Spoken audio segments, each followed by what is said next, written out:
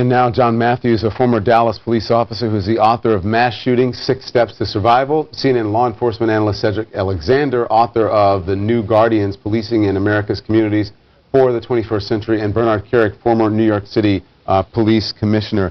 Thank you all for joining us this evening. Listen, I just had the two brothers on, and I want to ask you, Commissioner, it was an interesting conversation. Again, I wasn't trying to be adversarial with them. I just don't understand why someone would carry a rifle to a big public event like that. Because you wouldn't. I mean, it's an extreme lack of common sense. You go into an event like that, there's no purpose for it. Everybody understands you have a right to the Second Amendment. I get it. I endorse it. Great.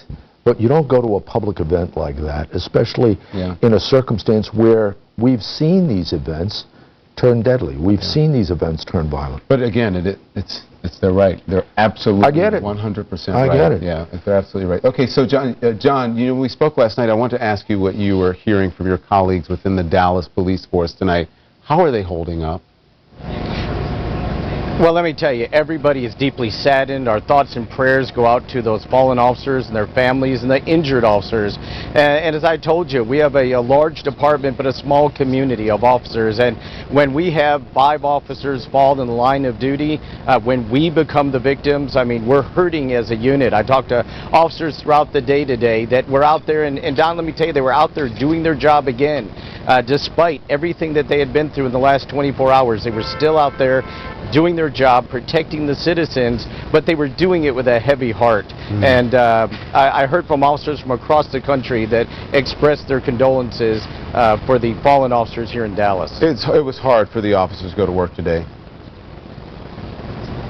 Yeah, it was. It was hard to see your friends fall, to see people that you work with shot, injured, and killed. And yet, you know what? They took an oath to go out there and protect the public and to serve the public. And the image that burns in my mind is I was doing an interview early this morning, and there was an officer that was working one of the traffic assignments, and you could tell he was beat down. But you know what? He was still out there and still doing his job. And I think that's the core message that I want to send is the officers and the heart they have to stay out here and to stay with it, even through all this adversity, is absolutely amazing. Yeah. Cedric, as we just heard, the attacks against police officers continue today in Georgia, in Missouri, and Tennessee.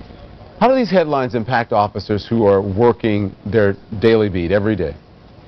Well, certainly it's very concerning for them. It's concerning for all of us because we want our officers to be safe, and we want them to be in a frame of mind and not be overly worried about their own welfare. But look, this is a dangerous profession, and as you just heard Matthews there say, they stay focused. They know they got to do the job. They go out and do it. And even here in DeKalb County, I got 1,000 officers here.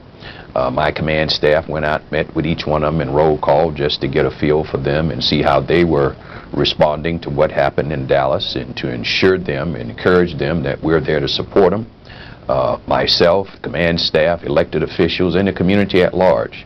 And that's critically important, particularly in a time like this. But these threats that are coming about, what you're seeing is officers across this country, yeah, they have heavy hearts, but they're staying focused on the job. Commissioner, we spoke about this when it happened back in 2014. The 2 New York City police officers, they were killed days after Eric Garner's death. Officer Wenjin Liu and Rafael Ramos were killed in a targeted attack. How does a force recover from a tragedy like that, keep going on and doing their jobs and going on, you know, when this is all going on at the same time? You know what, Don? I had 23 cops I lost on September 11th. They were missing. They were buried. We had 41,000 cops at the time in the New York City Police Department, and every one of them wanted to be in that hole. Every one of them wanted to be digging. And they did. They did it with heavy hearts. My heart goes out to Dallas, to Chief David Brown. Unbelievable over the last 24 hours. The guy has probably not slept. He's done a tremendous job. These cops, you know, this is going to stay with them for a long time. But they'll get through it, and they'll go out and do a job that nobody else, a lot of people just wouldn't have the courage to do. Yeah.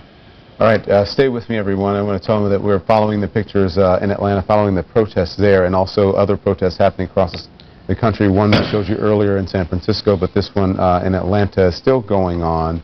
as we head into to the late hours here. We'll continue right after this. Don't go anywhere.